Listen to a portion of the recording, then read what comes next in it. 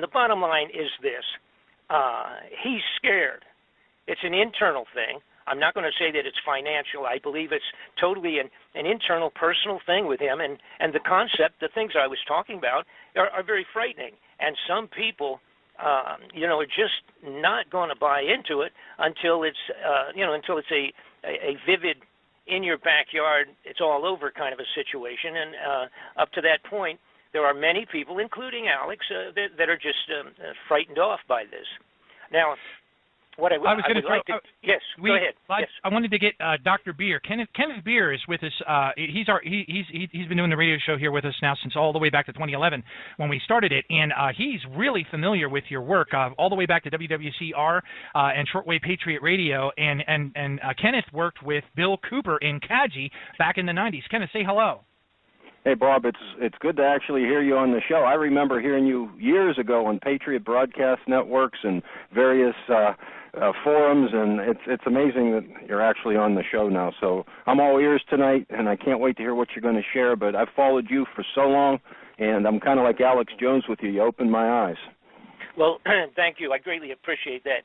And what I probably should do is, I have to do this very briefly because I've been doing it so long, and my personal story is so complex and what have you so I don't want to spend a lot of time on that.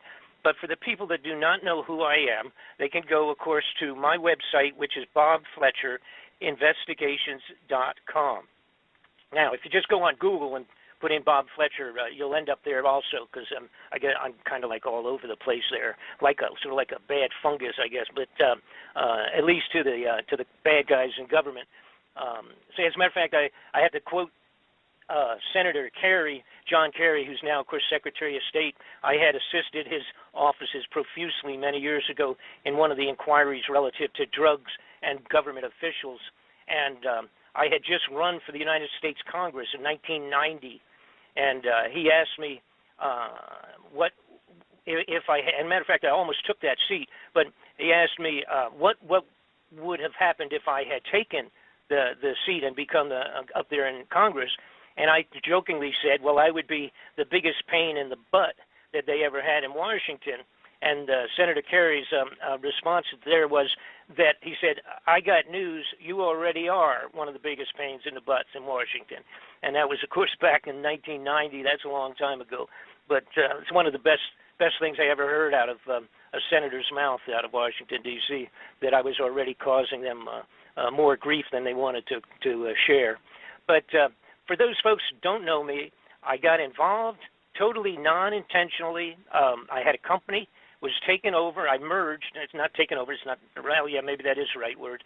I merged my company with another company in Atlanta, Georgia in 1985 or 86, that period of time.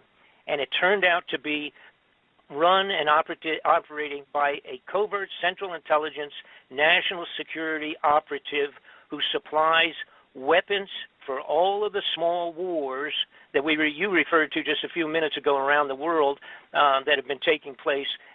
This was a Central Intelligence operation. They took over my business to use it as a covert front. And then, and again, it's totally unknown to myself.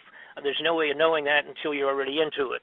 Once I had signed papers and merged, and a few months into it, then I started meeting all of these military generals and officers and covert operatives, and Lieutenant Colonel Bo Greitz at that time is a good friend of mine. At that time, I met him when he had just come back from doing covert operations looking for prisoners of war, and that was in 86, that period of time.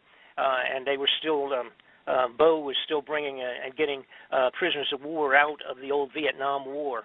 And these people, of course, who I'm talking about, that supply the weapons for all these small wars, make multi-millions of dollars. And, of course, they also end up being involved with drug smuggling, Oliver North and all of that Iran-Contra business.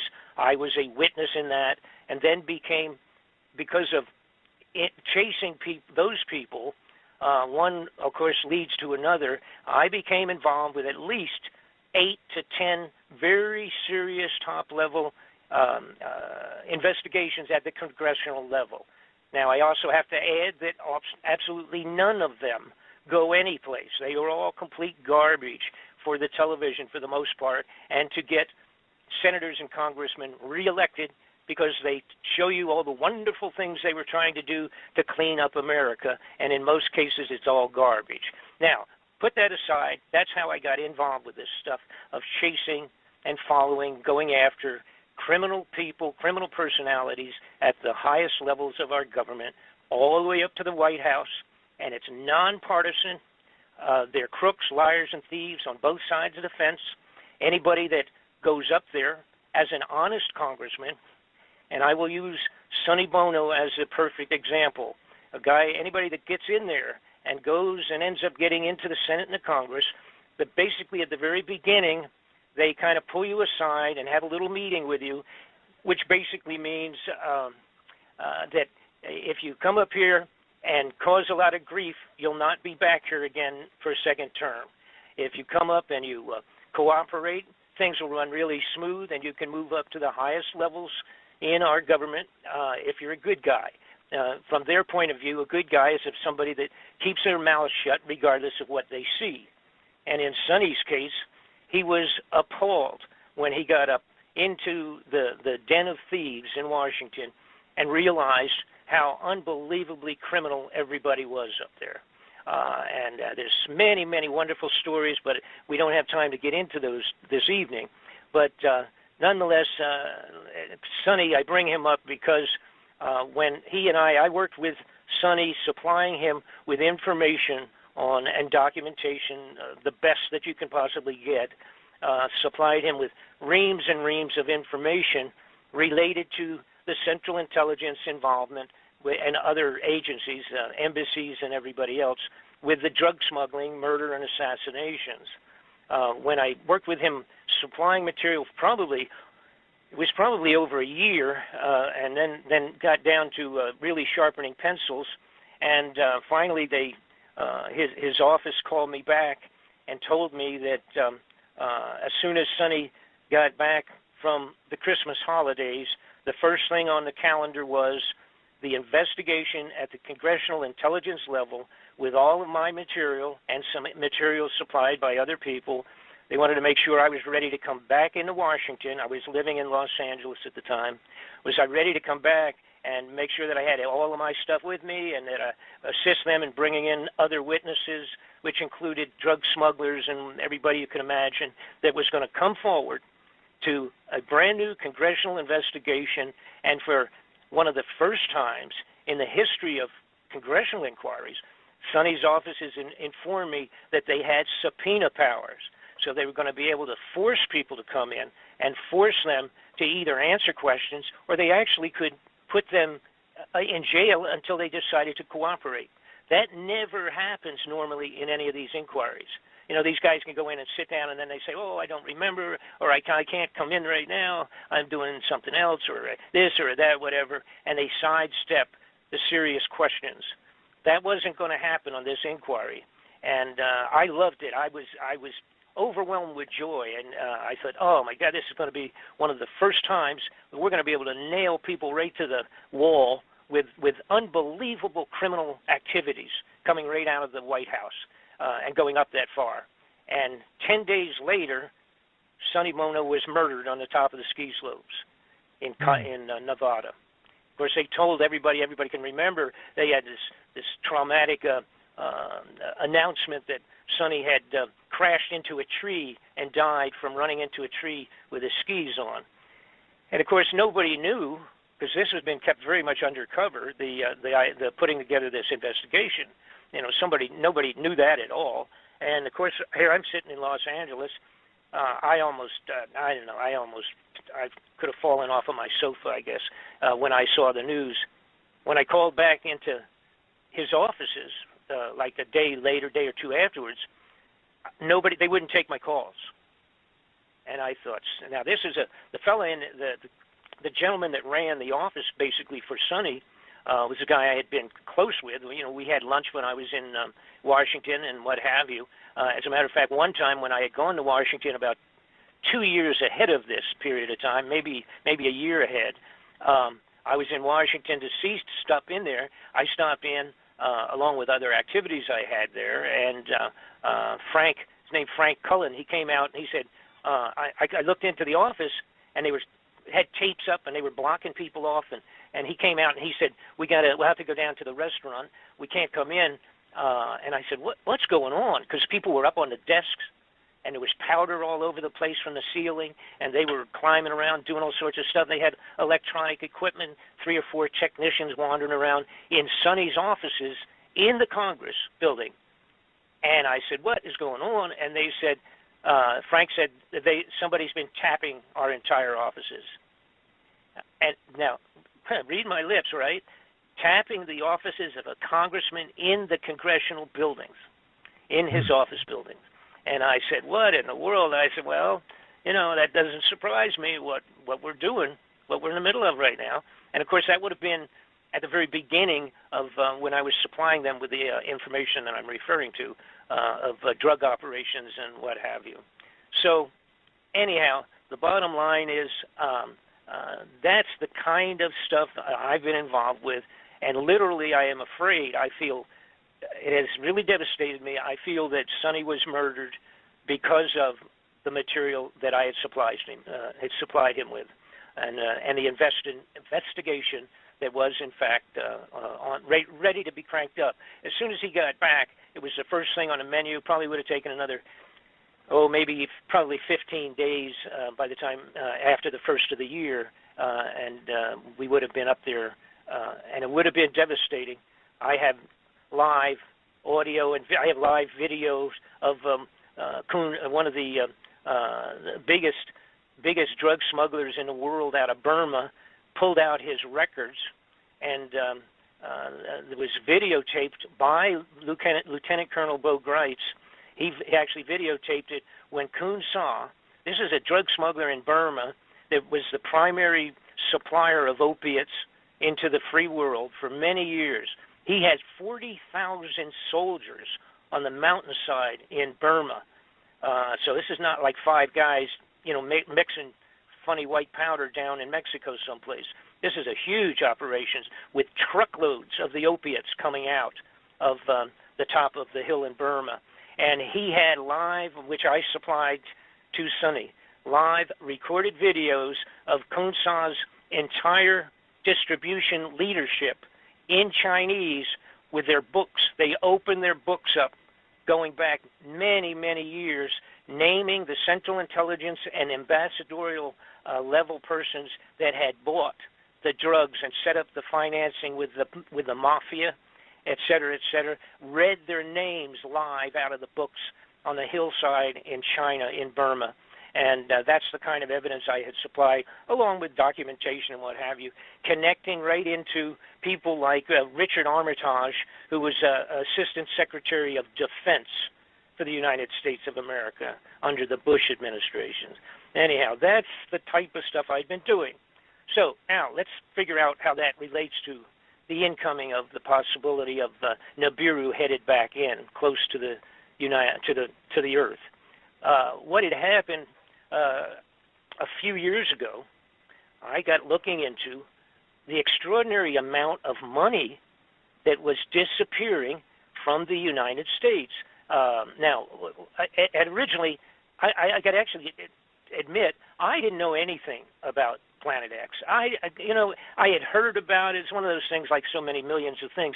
You hear about stuff, but then if it doesn't move to the forefront, or you're not directly involved with it, like in my case, if you're not directly involved with it, it's like just sort of out there, and nobody could. No, there was no real good evidence, as far as I was concerned, many years ago, to ever pay any attention to it. But when I started looking into the money that was disappearing, now what am I talking about?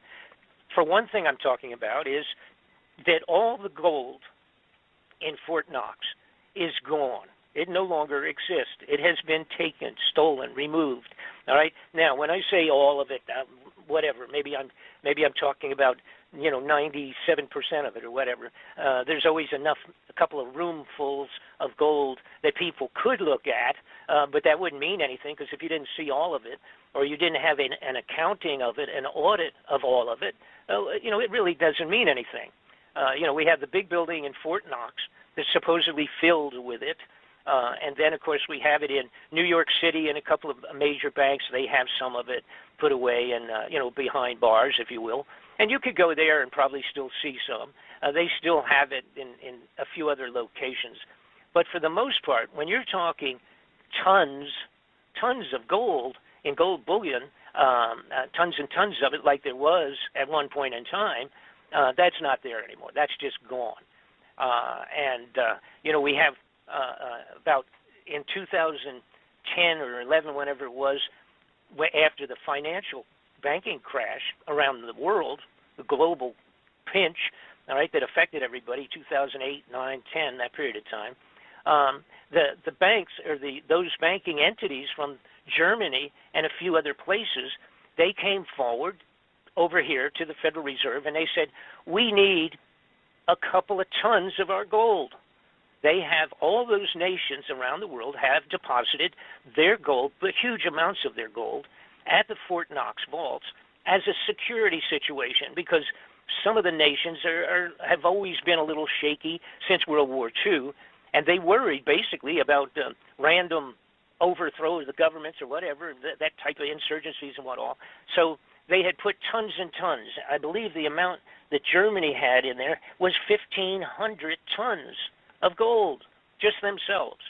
Well, anyhow, they came forward and asked for it, and the Federal Reserve said, oh, no, you can't get it right now. Uh-oh, what's wrong with that picture? If you got a couple $1,000 of mine, I would be upset. But if you had a couple 1,000 tons of gold of mine, I would really be upset. It's kind of figures that the average guy can't even perceive. So following that, there were several other nations that came forward. They asked for their gold, and they were told the same thing.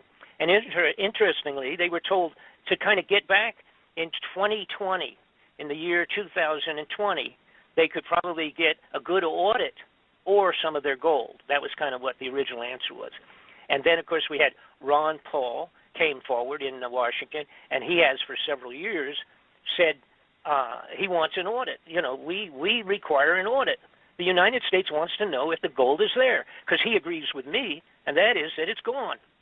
And, of course, they told him the same thing. Basically, they just said, go away. You have no right to even require or request at the senatorial, congressional level that you do not have the right, because that's the way it's set up in terms of the Federal Reserve creation and regulations. Nobody outside of their own group of bankers have the ability to audit or even request an audit. And, of course, that doesn't happen. That's kind of like having Al Capone keep track of the mobsters for you or something like that. So that doesn't happen. Right. All right.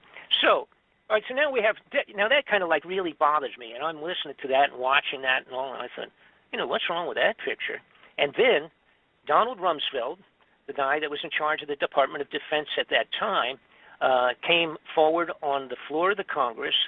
Now, this is important. It's the date that he did this, the day before the 9/11 terrorist event in New York. Rumsfeld came forward on the floor of the Congress and said that he had lost, the Department of Defense had lost $2.3 trillion. He said it went back a few years, but apparently they just can't locate it. They don't know where it went. $2.3 trillion over about 10 years. Then, of course, we had the next day was the event that occupied the news for the next 7-8 months, for crying out loud, and that was the outrageous event in New York City. End of story. You never heard again. You never heard a word about Rumsfeld and the Department of Defense missing and losing their money. And by the way, that amount of money equals $8,000 for every man, woman, and child in the United States of America. That's how much that is. Wow. Okay, so let's move forward. What else bothered me? The woman who's in charge of keeping track of the Federal Reserve distribution of funds from the Federal Reserve into international banking, she came out and somebody asked her on the floor of the Congress in an inquiry that they had understood that somehow there was $9 trillion off of the books progressively over the last few years of the banking Federal Reserve being lent out to people, bank systems in Europe, but that they understood it was quote unquote off the books and it was not really definable as to where it had gone. And she had not acknowledged that that was a fact. So there's $9 trillion. Now, we're not even talking billions. We're talking trillion here. And again, it was progressive over a period of time. But basically, she said that she would look into it. But yeah, she understood there was sort of a, again, they just were not positive where it had gone to. So anyhow, done deal. There goes $9 trillion. By the way, that works out to about $30,000 for every man, woman, and child in the United States of America. So we're almost getting serious money here. So anyhow, when I put all this together, and then there was many, many other outrageous situations with huge, gigantic amounts of money just vanishing progressively over 10, 15, 20 years. So now you got to realize, see, there's no way to money launder $1 trillion. Not you can't, $1 trillion. And we're talking 2.3 vanished from the Defense Department. If you were slick enough to embezzle that out of the funding of the Defense Department, you can't go to the local bank and hide it in your safety deposit box. All right, not even Pablo Escobar, the drug smuggling operations, they couldn't do anything with that. So I sat, and I was thinking, what in the world? Where could money like that go to? What are we talking about here?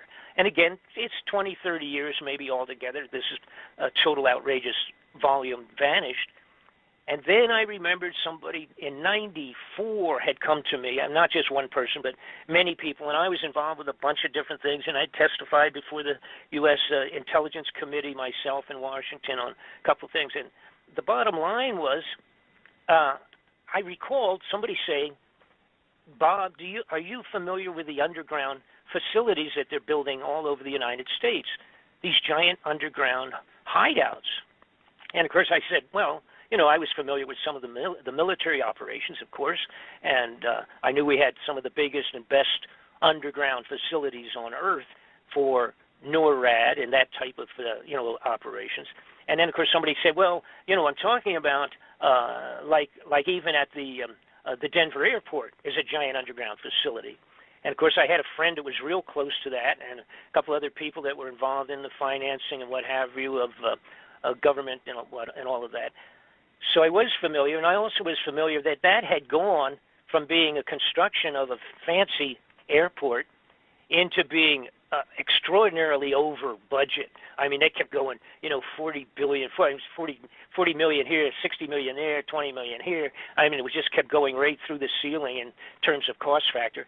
And after they finished it in '95 and opened it up for use, I had gone with a friend of mine, and we snuck down underground into some of the facilities below, and they were huge.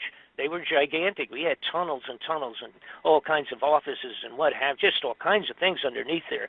Had nothing to do with the airplanes coming in and out, and entire 7-floor buildings that were buried underground there and what have you. And today, now that was in '95, and I actually photographed and got some film, whatever, that actually somebody ended up stealing, but it doesn't make any difference because now we do have. We have a lot more. I have live footage underneath these facilities as we speak. But the point was that was a heads up for me. And then I had remembered talking to some truck drivers, said they had gone from one facility to another facility, probably 800 miles away, driving in his 18-wheeler, 40-foot truck, making deliveries between different points underground. And by the way, we're talking about facilities so large that 2 lanes cross each other for 18-wheelers underground, and mag-levitated trains going as fast as the speed of sound underground from one location to another. So the next point in my process of looking into this stuff was also the realization that somebody had come to me. Here's what had happened. So I explain this. Once I got involved with all of this stuff and had been doing it for 30 years, I had so many people coming, and they would say, hey, you know, I work for the CIA, or I work for this, or I work for that. And I mean, I would meet them in, you know, some cases face to face. Several of them became friends, and they would just say, look, I can't come out. I'll get blown away, you know, but let me just give you this. And I would get a packet of information, or I get some photographs, or I would get this, or get that, or whatever. And that happened over and over again because so many of the bad guys were the same bad guys, interfaced with people 10, 20 years ago, and now they're mixed with a different group, maybe 3 or 4 other guys, and they're carrying out more covert operations around the world, doing A, B, and C. So that was what had happened to me, see. So it ended up where I was like a sounding board, and I used to, again, when different investigations came up, congressmen, senatorial offices, et cetera, would call me, and they would say, hey, we're looking into this. Do you have anything with this guy and that guy or that bank or this? And I would say either no, I don't, or I would say, oh, yeah, wait a minute. He was involved with A, B, and C over there 5 years ago. So that was what had happened. That was what had created my original lifestyle, if you will, and keeping me in this junk. So now let's get back to all the crazy stuff going on underground. I had somebody came to me and said, you know, these underground facilities, they're all over the United States, but to add to it, they're doing it all over the world, and the major nations of the world are doing a similar thing, building these underground hideouts. And they, you know, they said, you know, well, let me show you this in Russia. Let me show you what they're doing in China. Let me show you this. So then I started thinking, what in the world's going on? All of a sudden, these criminals have been stealing millions for their own pockets. Now they shifted gears, and they're stealing billions and billions, adding up to trillions, and they're building underground hideouts. And then I looked into it, and I found out that they were filling them with survival foods by the tons and tons and tons of underground facilities being filled with tons and tons of survival dried foods and goods and material. Then I found out they had some facilities where they were growing, had set up underground growing operations so that they could grow actually foodstuffs in certain of these underground facilities. Then I found out about a thing called the International Seed Vault. Now that's not terribly secret, but basically it's up in Norway, and it goes into the side of a granite frozen mountain in Norway, kind of on an island, if you will, highly secured, totally secret entrances only with military guards, etc. But they have seeds to regenerate all living foodstuffs on the face of the earth if, in fact, all of those things were eliminated. If all of a sudden everything was wiped out and we had to replant, we have multi-millions of seeds in the Norway International Seed Vault. Oh, wow, that's pretty strange. All right, so now I'm adding all this stuff up. And then someone comes to me. Oh, and by the way, the Russians, in 2010, they put out a mandate for themselves internally to build and create 5,000 underground emergency shelters. That was in 2010.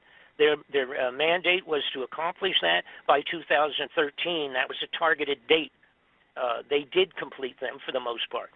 Most of them are small. They're not they're not 8,000 or 10,000 people to get underground. They're smaller facilities. But one of them can handle over 60,000 people underground in Russia. All right? So, and then, like I said, we have these, and then China's been doing the same thing. They have, and these are dug with these gigantic digging, tunnel boring machines that are so large. The bigger ones, they can go a couple of miles a day into the side of a mountain, and when they're done, back out, and you could drive an 18-wheeler down where they've been. That's it. Just punch a big hole, come back out, and you could drive an 18-wheeler facility into the side of a mountain or underground. So that's how they're built in terms of the basic drilling of these things. The Red Chinese have one single drill that is 3 of them in tandem, big enough so that they go into the side of a mountain, pull it out, and 2 18-wheelers can go side by side driving into or under the ground with these facilities. So the next point obviously was, what in the world, what is the possible reason for this kind of expenditure of funds? And by the way, see, if anybody wants to know, everybody ever scratch their head and say, how come they don't fix 50,000 bridges and tunnels and what have you in the United States of America, all of our infrastructure? They haven't spent a penny on that stuff in 30 years. We have bridges today with 1 million cars going over it every day into major cities that technically should be condemned. And the numbers of that, by the way, and of course all this stuff, a guy can individually look up on your computers. You want to find about, just put something in your computer on Google like infrastructure problems in America, and put that up, and you see the figures. It'll blow your mind. But they're not doing anything. They're not doing anything on any of that stuff. The money is not there. Where's all the money? The money is underground in these hideouts for the elite. They then also spent in the last few years millions and millions of dollars buying military equipment for the police and the sheriffs and for security operations, bullets, machine guns, under the title of, how about the Forest Rangers with 15 a million bullets purchased under their name. Not only Forest Ranger, how about the Internal Revenue Service? Thousands of bullets and machine guns and that type of stuff. All right? So we say, what's that got to do with it, Bob? Well, it has to do with social riot control up on the top of the ground when the elite are down under the ground. And then finally it came to me, exactly, I don't remember what it was. Maybe I told some people I was looking into all these different things, and somebody simply said, Nibiru, Planet X, has been finally really discovered, and it's coming back. So then I started doing some snooping because I didn't even know what they were talking about. And I said, I remember something about that. And back, as a matter of fact, in the 50s and the 60s, it was like in Look magazine, Reader's Digest, and for all of our young people out there, these were big, important magazines in the United States that were better than most of the newspapers. And they had done stories about Planet X in the early 50s and 60s. But at that time, they said, even if it was really found and located, don't worry about it because that's 50 or 60 years from now, right? Uh-oh. Guess what, guys? It's 50 or 60 years since they wrote those stories, okay? So now's the time you do start worrying about it. Somebody brought to my attention a fellow named Zachariah Sitchin. It's a guy that had done had gone into the Sumerian clay tablets. By the way, there was like thousands and thousands discovered over there in Iran, going back 4,000 years. And he deciphered them and discovered that there was this planet called Nibiru, which is Planet X, or part of the same small system, that was coming around, had come around several different times, but it had been written up in these clay tablets that basically that was what had generated Noah's floods. One of the close passings of this Planet X, Nibiru, was what had created the floods in Noah's time. Now, there's always all kinds of, because when you start going back 1,000, 2,000, 3,000, 4,000 years and deciphering things and analyzing them and all, it takes an awful lot of study to do the right comparisons as to time and date. The dates have all changed. Calendars had changed. There's differences of biblical time relative to calendars and timekeeping relative to other nation states at that, going back that far in antiquity. But the Bible writes about it. The Quran writes about it. There have been cave drawings and writings on the walls that writes about it. And then, of course, when Dr. Sitchin finished doing his deciphering of this thing and said that it was going to be coming back around, of course, it's a typical human nature. Just like Alex Jones being afraid of the fact that it might be true, it's human nature in science that if you don't have a good video of this thing, nobody believes you. It takes an awful lot to get science to change their opinions or change their precepts of things, events, astronomy, whatever it is. But lo and behold, Dr. Sitchin finds out that a fellow named Dr. Harrington, who ran actually was the head of the observatory, the Naval Observatory for the United States of America.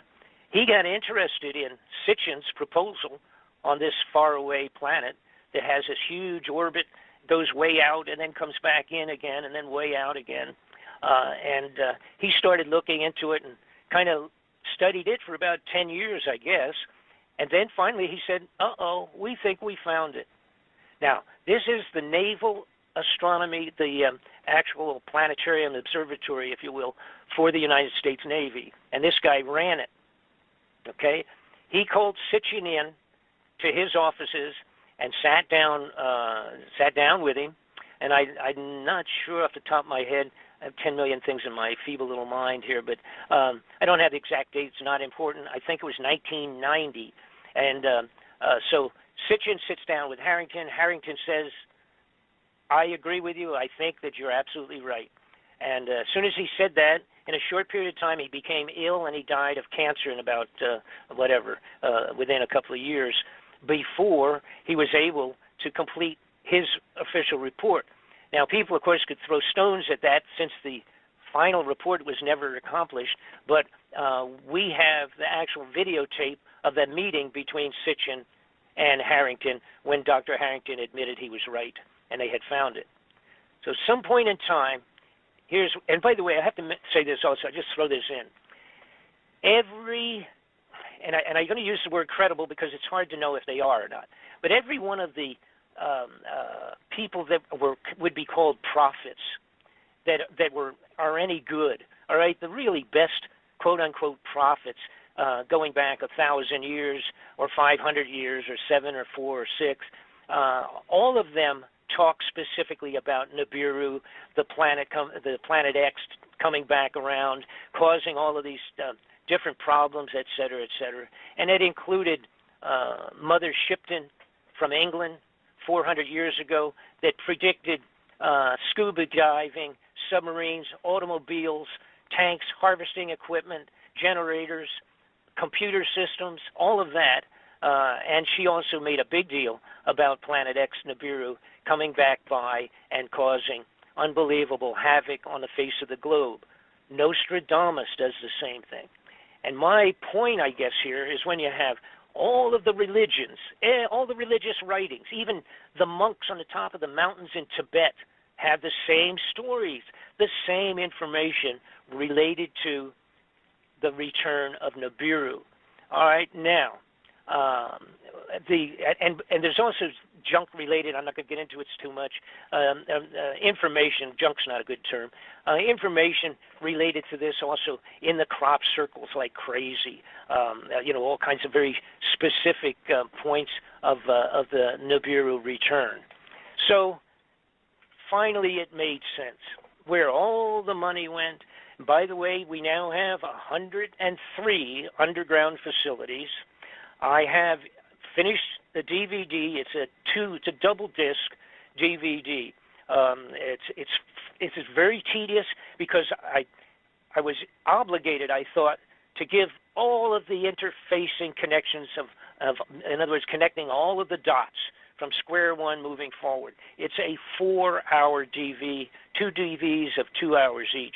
It covers everything, the political part of it, the foreign part, the secrecies, how they've been doing it, how they've been going about it, etc. But the bottom line is this, and some people will remember, 1983, Ronald Reagan did a speech on the floor of the United Nations, and he said, I wonder how we will all react between each other. And he was talking to the Russians and the Chinese, and at that time, he said, when we discovered some extraterrestrial threat, how well would we cooperate among each other once we found that there was an extraterrestrial threat headed towards Earth, and in fact, we all had to join together? Well, that's exactly the period of time, from my information, that Ronald Reagan was presented with the fact that Nibiru was headed back in and gave them a fairly close estimate. Estimate is probably the best term of when it might in fact be going to arrive. So now I'm going to shut up briefly anyhow. If you have any questions or anything like that, jump on right now. We've also had, by the way, an awful lot of important people at high levels of international government that had died since this, that may very likely have been privy to the information of this planet headed back in, and that the upper crust bad guys were maybe worried that they wouldn't keep their mouths shut, so they eliminated them. And of course that includes 2 or 3 of the heads of the CIA that had been retired. They were all killed. They set them up and make it look like they were physical problems, or that they had, in Bill Colby's situation, they told us that he had fallen out of his canoe, and I did a major investigation into his death. He was murdered, no question about it. Who knows why Princess Kelly, or why, what am I trying to say? I'm having the princess that was so popular that died in the car. Diana? Diana.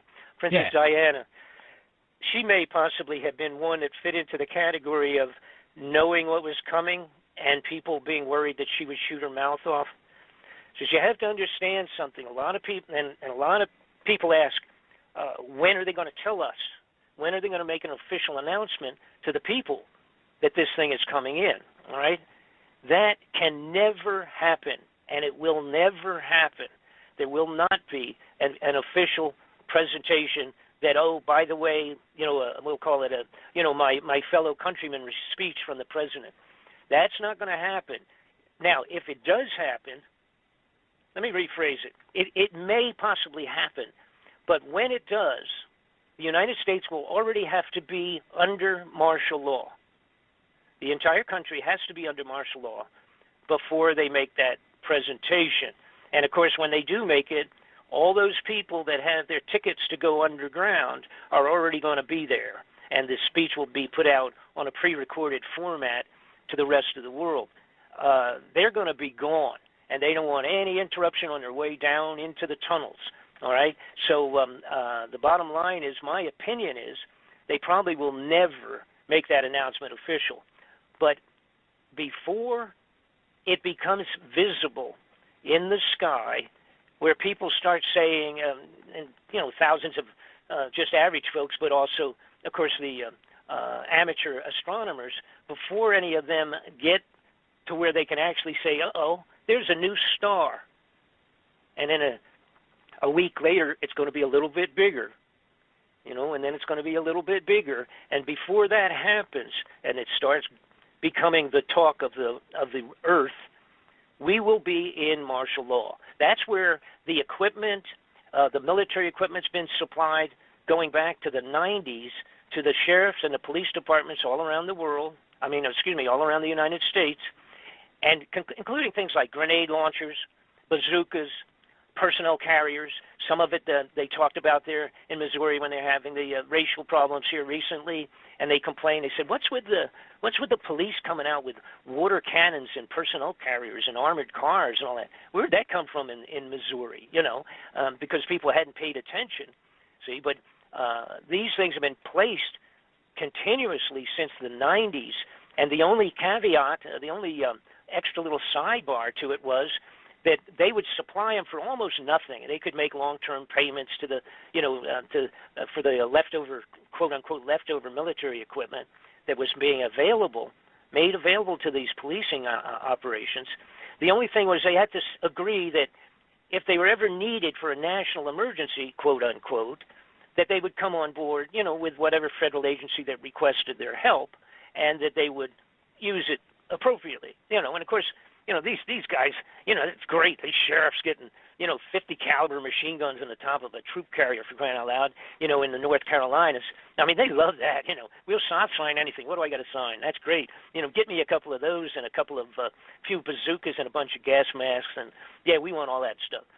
So that's been going on like crazy, and that's all going to be. That's already in place. All right, that's all out there already, and continuing to move. That's where all those thousands of bullets and everything to all these stupid little bureaucratic offices have signed off on thousands of sidearms and bullets and stuff like that. What in the world would that be for? And there's so much that they've ordered, you could fight a third world war with the junk that they've put out and distributed across the police forces and the forestry department and that kind of junk, IRS. What's going on? Now, I also shift gears again, another fine point. I got looking into, and by the way, I took 3 years creating these 2 DVDs. And I won't tell you how many problems I had. They've been trying to shut this thing down profusely. My computer's been tapped as many as 3,000 times in a couple of years. So, and anyhow, that's aside, a little nothing. I looked into the religious part of it. I thought, the Pope, and at that level, all right, they got to be involved. And I started snooping. Son of a gun, guess what? The Vatican built an infrared telescope in Arizona, built and owned by the Vatican, owned and operated cooperatively by the United States government, NASA people, but it's owned by them. And by the way, guess what they called it? Lucifer. That's right out of the Vatican. They named their own infrared telescope Lucifer. Now, the Planet X, at this point in time, can only really be photographed properly by very powerful infrared telescopes. It doesn't put out its own light, therefore it's something that's not simply seen easily. Theoretically, Planet X is 5 times the diameter of Earth. It carries along with it 4 or 5 moons of its own, somewhat like a separate little solar system, with the bigger planet being what would represent the sun, and then the moons around it. It's kind of like its own little solar system. I'm trying to hit on a few of the more poignant. Oh, okay. I know a lot of people have heard about this. Some people haven't. But why would, if we didn't have something like this happening, why would the Centers for Disease Control order up and purchase over 500,000 coffins designed exclusively, even including in the patents itself, designed exclusively to accommodate possibly 2 or 3 adults and designed specifically to be cremated? These are bought, ordered up, purchased, and delivered over 2 years ago to the Center for Disease Control. Something's wrong with that picture, folks. You got to worry about that. The other thing that people ask me, again, maybe possibly being a little bit repetitious, but a lot of people ask, why can't we just go out in the backyard and see it? Well, first off, it's way far off in terms of distance still. It is already affecting everything. The crazy weather that we have on the globe in the last 2 years, it can be, I think, my opinion, along with people that are on the scientific side of it. I didn't come to this as a scientist, as an astronomer. I have to depend on people that have been doing it for years. Some of this I discovered myself once I learned what was happening. For example, all of the planets have been changing, going from Pluto inward. All of the planets have been heating up. Their surface chemistries have been altering. There's having storms on the face of some planets. They've never seen that ever before. That's right. Some of the planets are wiggling, jumping around a little bit in their orbits. They're not quite sure what's going on with that.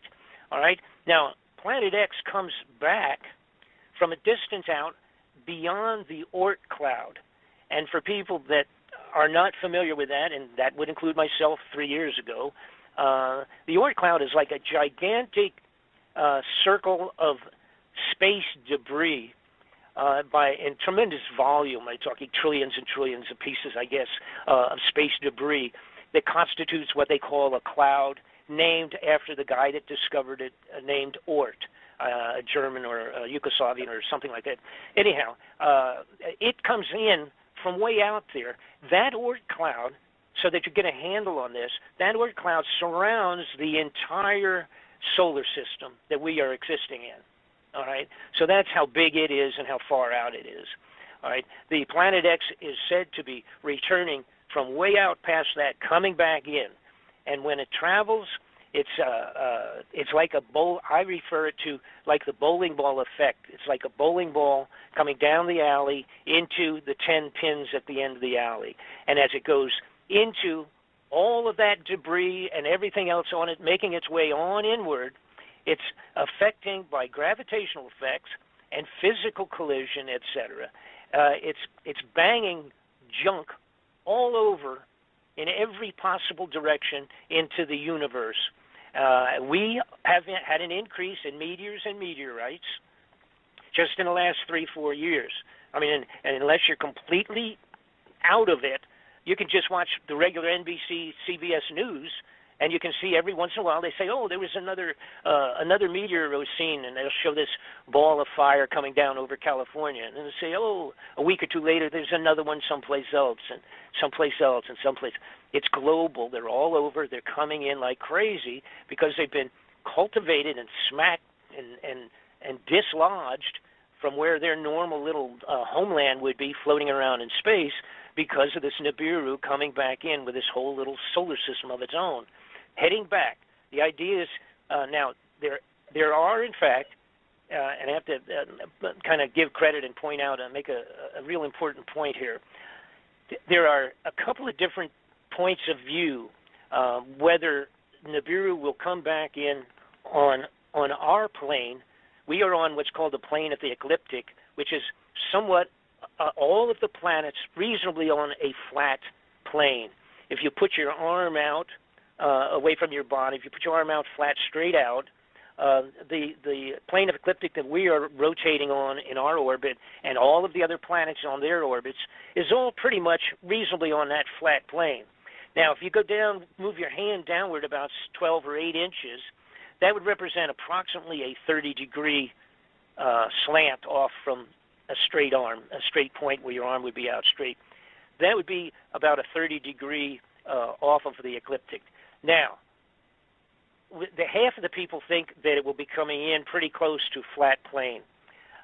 The rest of them think it's going to come in at about 30 degrees to from below us and cutting through, sort of like cutting through a pie, but cutting through on that 30-degree angle, coming up around the sun and then back out again on that angle. Either one doesn't make any difference to me. My point, of course, is just if the darn thing's coming and it's going to, create the problems that it will create. So you do have a difference of opinion of people that are on both sides of the fence, equally as intelligent and schooled on astronomy as each other, but talking about slight differences on that. Now, it would make a difference of how long we would be affected. And again, I must point out there's a fellow named Gil Broussard has done a tremendous amount of study on this himself for many years. He's matched up all the dates of when it previously had come by and caused problems there. And again, this is where you have two different thought factors here. One group also feels that it's which Dr. Sitchin originally said when he did the Sumerian tablets. He said it was a 3,600-year orbit, 1,800 years out and then 1,800 years back. All right, and that would mean, of course, that it would only come around every 3,600 years.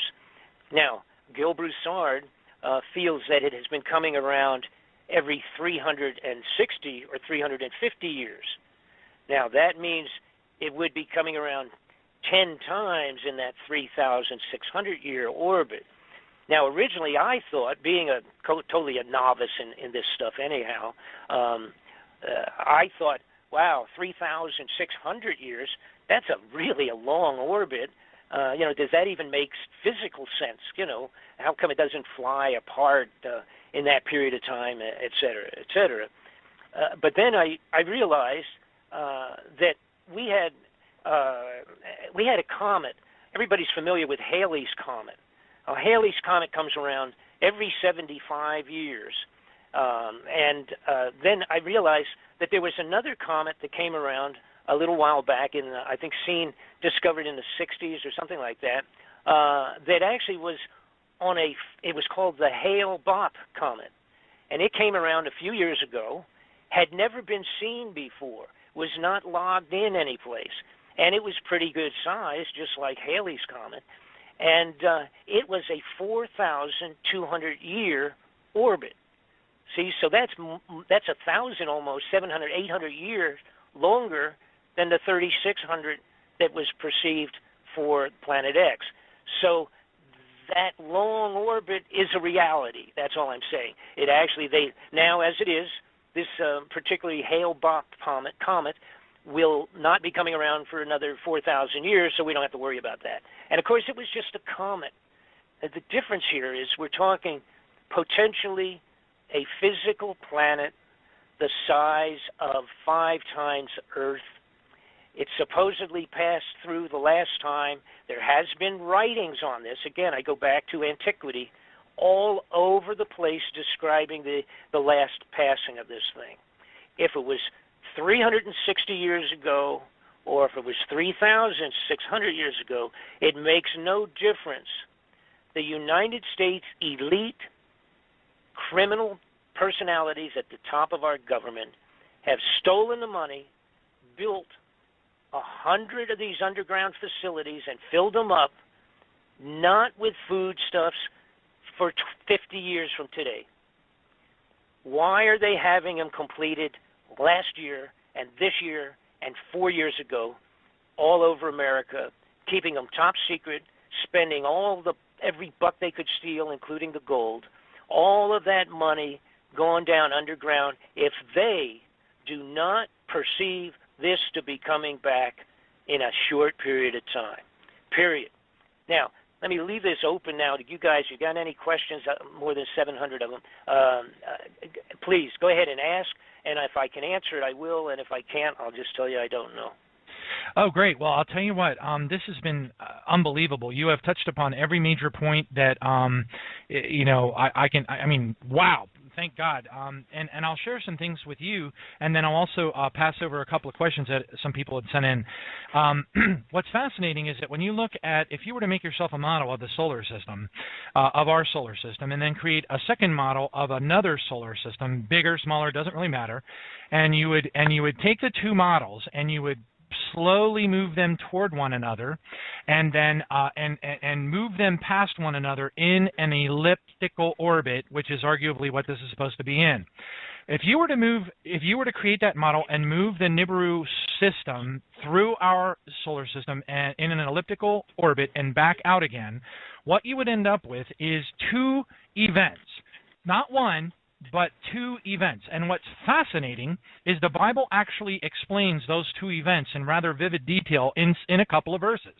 In the 6th seal, at the 6th seal in Revelation chapter 6, verse 14, you have an event that's along the lines of the Velikovsky type stuff, which is similar to the Edgar Cayce vision, where it says in Revelation 6:14, it says, "Every island and mountain was moved out of place." What's fascinating is that matches similarly to what Father Malachi Martin testified on Coast to Coast AM in 1998, I believe it was, where he said he was given this 3rd secret of Fatima by some insiders, and that there was supposedly a pole shift in the 3rd secret, and it was supposed to happen in 2017. Now, if Nibiru, the system, moves through our ecliptic plane and comes back on the elliptical orbit through again a second time, what's fascinating is about 3 years later, arguably, because the Great Tribulation of the Bible is about 3.5 years long, okay, Revelation 16, verse 20, in contrast to Revelation 6:14, says every island fled away and the mountains were not found. So what you have in Yep. So then you have a dynamic in Revelation 16, verse 20, that is very similar to what you see in the movie 2012, where the crust of the earth completely gave way and entire continents were destroyed. And that's fascinating because the timeline just seems to follow suit with an elliptical orbit of a star system moving through our solar system. One of the questions that someone had submitted was, have you heard any word, in your from people in your sources and such about Puerto Rico, something happening in Puerto Rico, FEMA coffins, stockpiles of emergency supplies, things like that, anything associated with Puerto Rico? There is a prophet by the name of Efrain Rodriguez who's talking about a comet or an asteroid splashing down off the coast of Puerto Rico. What do you know about that? Yes, I know that the reality is that a huge amount of maybe even either a secondary order or the bulk of that first order of at least 500,000 of those coffins I referred to have been moved for storage there. I do know that a couple of million body bags were ordered up and have ended up there in terms of the storage. Now, I don't know if, in fact, first off, I don't believe there's any way anybody at this point in time could say XYZ is going to hit into the waters close there or something of that sort. I don't know. Personally, my gut feeling overall is that that probably would be a lousy place, but for some reason, temporarily, yes, that's a truism. That stuff is down there, or at least some of it, and in big numbers. That's all I can say as far as that's concerned. I'm not positive about if anybody would have the ability to get close enough to say. And besides, here's the other point. If we saw a tsunami in a couple of years ago, and we witnessed that, and it was unbelievable. And that was from an earthquake way far out in the ocean. These tsunamis that would be set up and generated from large, let's say something the size of a school bus, anything the size of like a school bus that went into any of the oceans on the earth, will set up tsunamis that would be shocking to almost every coastline, east and west, away from the center point. It only takes something that big if it's coming in at the speeds that these would be coming in. We witnessed one, and now this is another important point as people relate to why can't we see these things, et cetera. First off, it's not close enough. But secondarily, we have to remember something that we saw right in front of our face, and that was the meteor that we were watching and waiting for a meteorite or a meteor to come in that we were aware of that was going to come in over Russia a couple of years ago. And then on the same day, a secondary, which apparently had no connection to the first one, a secondary one came in and blew up really violently and blew like 2,000 windows out in Russia and injured a whole bunch of people, et cetera. It was like a big bomb going off in the atmosphere. It actually did burn up and explode. Most of it did before it even hit. And when it hit, it went into a lake that was ice covered, and it was only the biggest piece, I think, that went into the lake was only about 15 feet across or something, but fortunately just went into a lake covered with ice. But everybody right away said, where did that come from? Nobody on the face of the earth saw that thing coming in. No one. And when the head of NASA was asked about it a while later, he simply said, it came in from the direction of the sun, and we could not see it. We did not, and we could not see it with any of our scopes. Okay? And then also, by the way, he was asked if a large element was coming towards Earth, and we knew it was coming in 60 days, what could we do? And the head of NASA said, pray. So that was the best preventative action that the head of NASA had for that question. But I want to get into another point, make another point. And what you're talking about is all, and again, it is all in the Bible. Not only is it in the Bible, but it's all over the place. You have to, you maybe have to do a little snooping, but now what you can do is simply get my DVD, and I have all of that in here. I've got all the biblical connections, the dates, the elements, the descriptions, all of it. It's all in my DVD. Now, in 1999, there was a discovery made in Germany and it was called. They end up calling it the sky disk. This was found at an archaeological dig in Germany, set up very similar to the Stonehenge in England, a big circular thing, and it was there during the Bronze Age, and approximately 3,000 years ago. And it apparently was literally some type of a sky observatory in the Bronze Age. So we had some people, they were really into what's going on in the sky, like the Egyptians going way far back. And this thing that's called the sky disk is approximately 12 to 13 inches across. It's circular, like a shield, so to speak, but it's a piece of art, if you will. But it actually is a diary of the passing of Nibiru, causing a solar eclipse during a particular day when this happened. Now, could that be the 3 days of darkness that everybody's talking about, do you think? Oh, absolutely. Well, yes, but this was actually, according to this, it appears that it was only 7 hours. But you have to understand, there are a lot of other things involved, like debris and junk and everything coming along behind this thing. Now, that's where we're going to have real problems.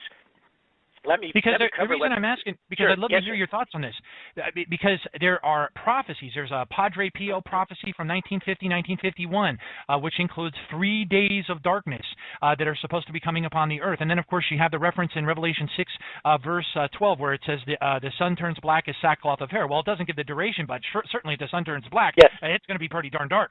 So the question is, if it does turn out to be a 3 days of darkness dynamic, which matches the 3 days of darkness during the Passover and Exodus, then my goodness, do you think it could be related to the passing of this thing? Oh, absolutely. And let me explain and hit on all these things real quick too, and then because I don't want to run out. How much time we got? We got a little bit of time. Yeah, we're about. Yep. Okay. Well, when do we wrap up? 8. Yeah, in about 10 minutes. Yeah, we got probably ought to shoot for about 8 minutes. All right, let me scoot through this thing real quick. This star, what's called the sky disk. It's made of bronze. I believe it was literally poured, as a matter of fact. They were pouring bronze back then, and that's pretty amazing. But anyhow, they're making weapons and all by pouring them into molds. So they had to make a mold and then pour it. I believe this was poured. It is in bronze, 12, 13 inches across, circular, and highlighted in gold. The whole thing, all the planets and everything indicated on the disk is in gold. Now, here's the point. The location, a couple of things showed up in this. One is the different constellations that they very specifically have been able to identify are all on there in gold. The moon, the sun is there. The Earth is shown from the point of view of where they were watching this, and the moon and the sun are both seen at the same time. All right, and so it indicates. With the location of the constellations, etc., with new computerization programs, they have put in the locations and they have come up with a date. This thing was made 3,600 years ago. Wow. And it indicates, a solar eclipse by a large body, obviously not by the moon because the moon can be seen. Additionally, let's see, well, that's the most important point, I guess.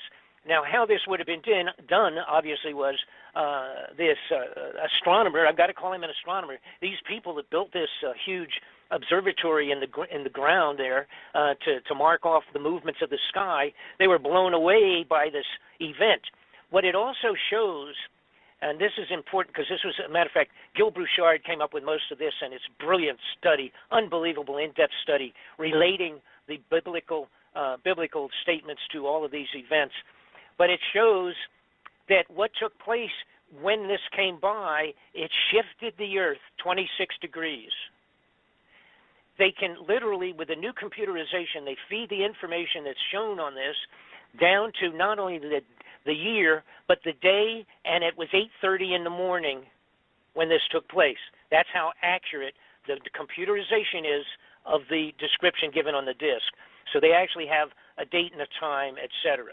Now, that 26 shifting of the entire axis because of this passing of Nibiru, now that refers to what you're talking about, the movement of mountains and all the rest of that.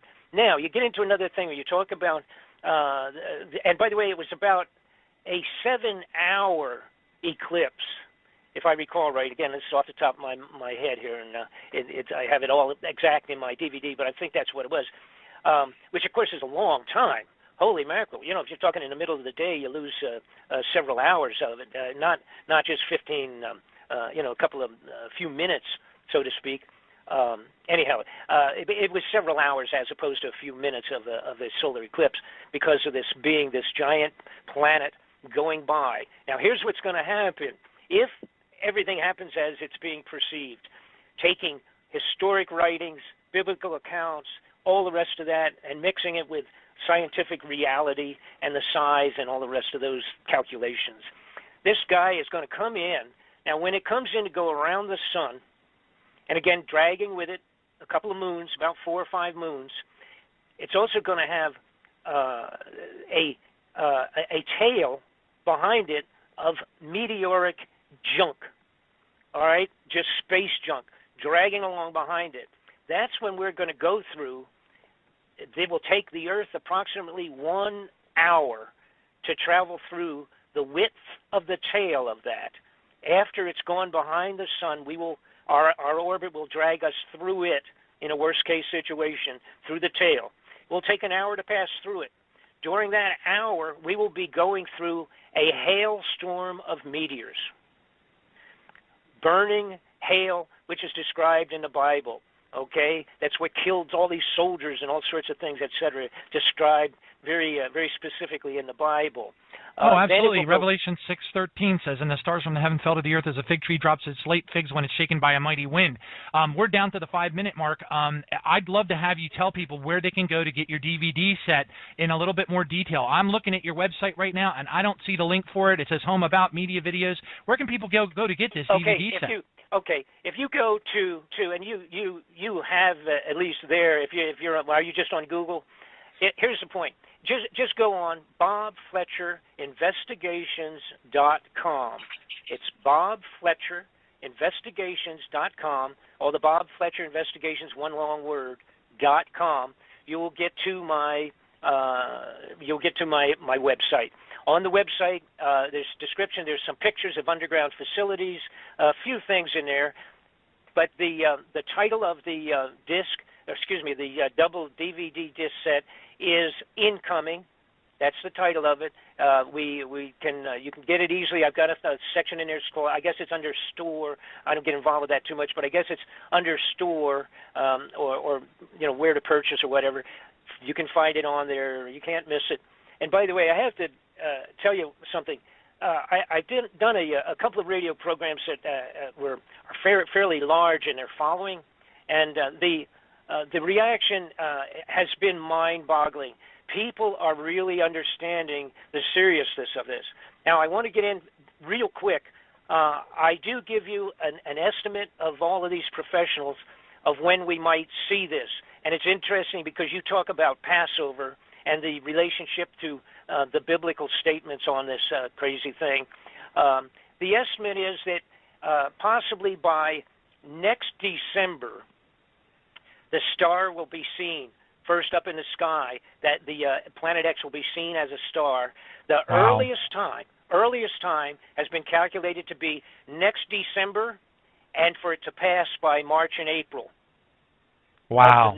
Of the very 90 days later, the Passover. That would be the very earliest. The very latest would be any one of the other following 2 or 3 years. In other words, it'll be seen in December, and then within 90 days it'll pass by. That's when the problem hits the fan. It will constitute blocking the sun with it, not only itself, but by all the debris and junk, plus the volcanic activity. As we speak today, the volcanic activity on the Earth is amazing. A couple of weeks ago, it was 37 of them at one time was going off. Nobody's talking much about that, but it's in reality. You can look up the activity and what have you. It will cause volcanoes. It will cause tsunamis that will be mind-boggling. The gravitational effect. We have to remember, and I get into this also in the DVD. I have to remember that the moon pulls our waters in and out all the time with the tides. Okay, this thing is 5 times the size of Earth. The gravitational effect would be mind-boggling to all of the oceans and the coastlines. So it's a multitude of problems. And the 2012, the title 2012 motion picture that you saw that was created in 2010, I am afraid is very, very close to what we're talking about with Nibiru. Amen. Praise God. And we are down to the 160-second mark. Thank you so much, Bob. God bless you. Let's just go ahead. Father God, in the name of Jesus, we just pray that this word will be spread, that people will be doers of the word, not just hearers of the word, deceiving themselves. James 1:22, that you will send this information out to people so that they can be made aware of what is coming upon this earth and get themselves right with the King of Kings and the Lord of Lords, Jesus Christ. Father, we just want to lift up Brother Bob Fletcher. We pray for his health. We lift him up, Father. Make him feel better. We pray for your divine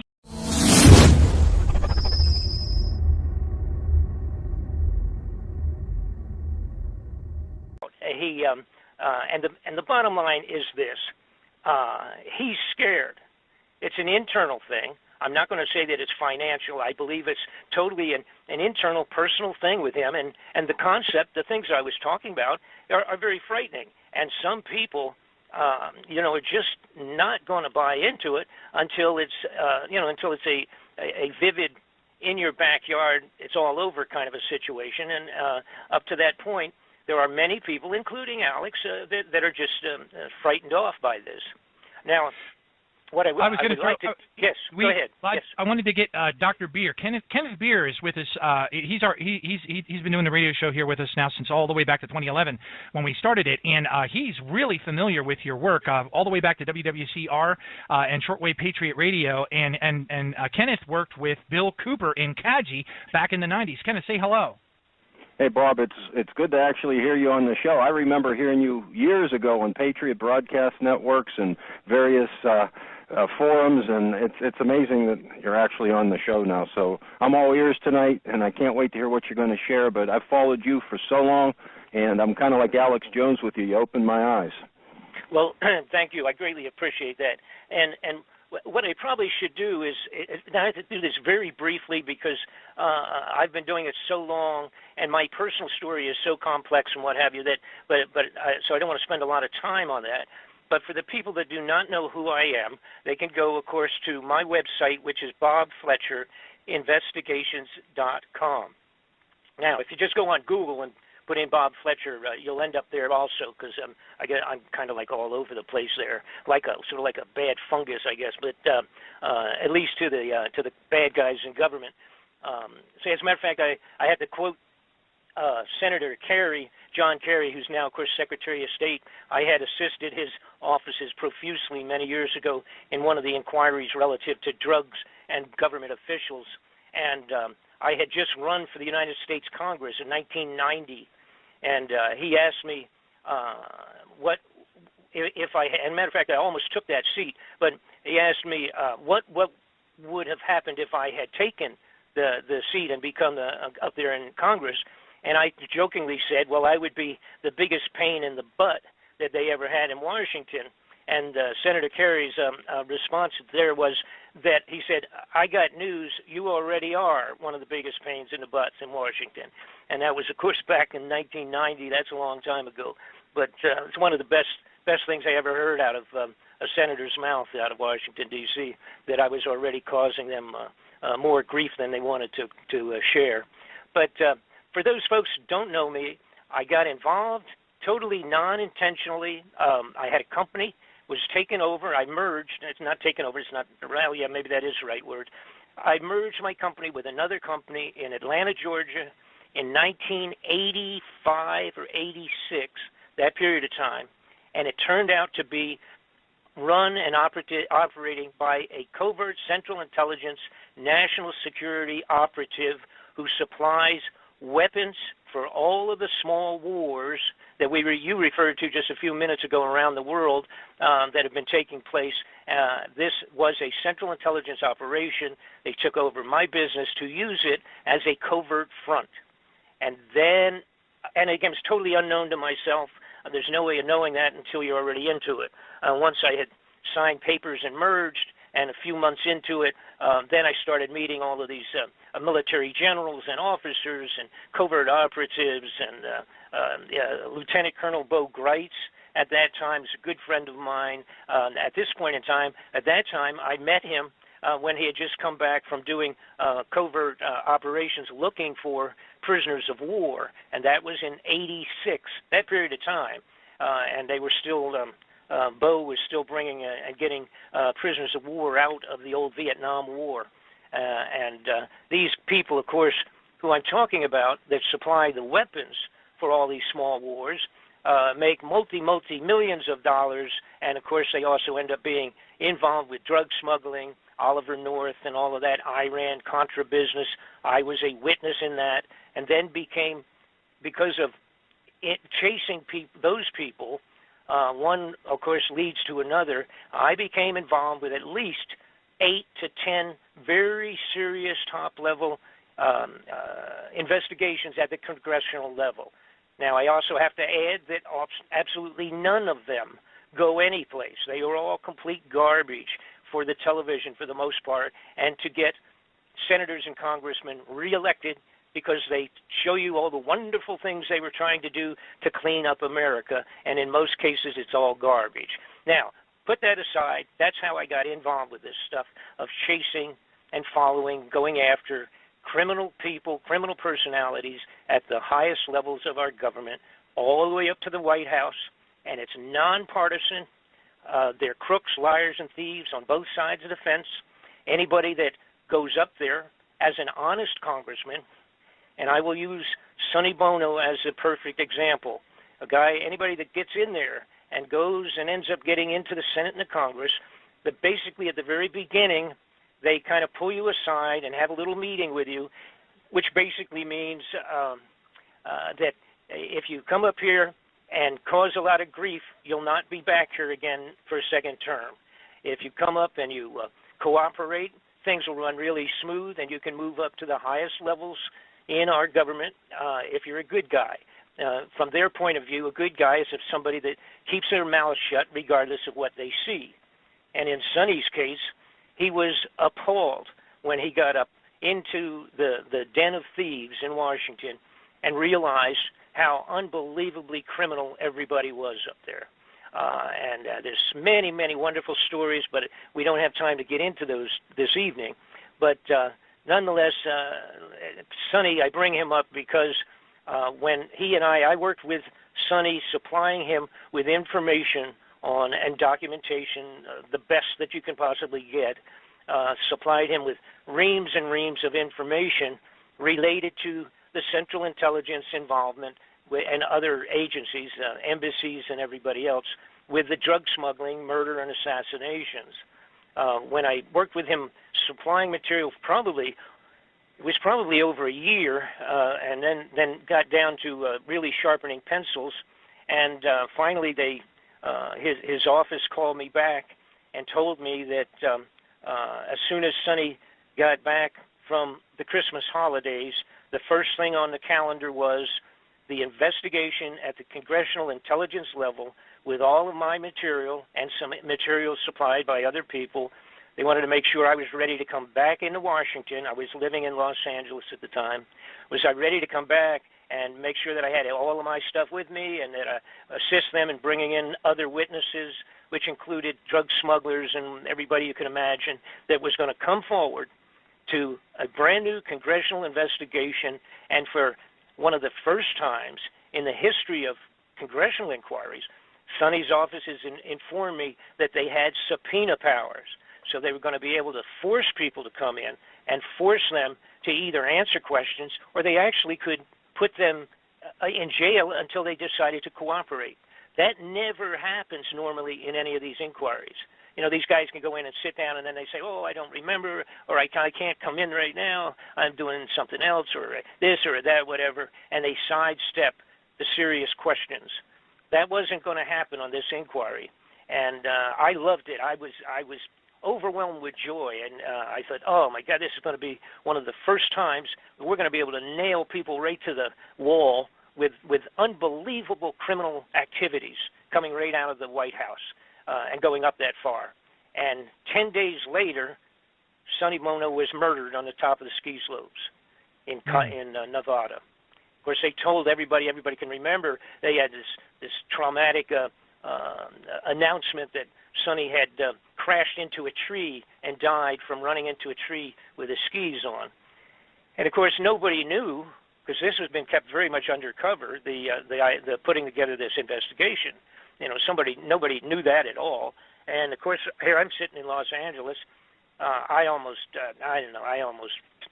could have fallen off of my sofa, I guess, when I saw the news.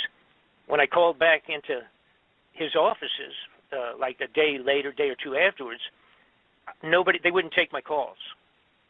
And I thought, now this is the fellow in the gentleman that ran the office basically for Sonny was a guy I had been close with. We had lunch when I was in Washington and what have you. As a matter of fact, one time when I had gone to Washington about 2 years ahead of this period of time, maybe a year ahead, I was in Washington to see stuff in there. I stopped in along with other activities I had there, and Frank, his name Frank Cullen, he came out and he said, I looked into the office and they had tapes up and they were blocking people off, and he came out and he said, we'll have to go down to the restaurant. We can't come in. And I said, what's going on? Because people were up on the desks, and there was powder all over the place from the ceiling, and they were climbing around doing all sorts of stuff. They had electronic equipment, 3 or 4 technicians wandering around in Sonny's offices in the Congress building. And I said, what is going on? And they said, Frank said, somebody's been tapping our entire offices. And now, read my lips, right? Tapping the offices of a congressman in the congressional buildings, in his office buildings. And I said, what in the world? I said, well, that doesn't surprise me, what we're doing, what we're in the middle of right now. And, of course, that would have been at the very beginning of when I was supplying them with the information that I'm referring to of drug operations and what have you. So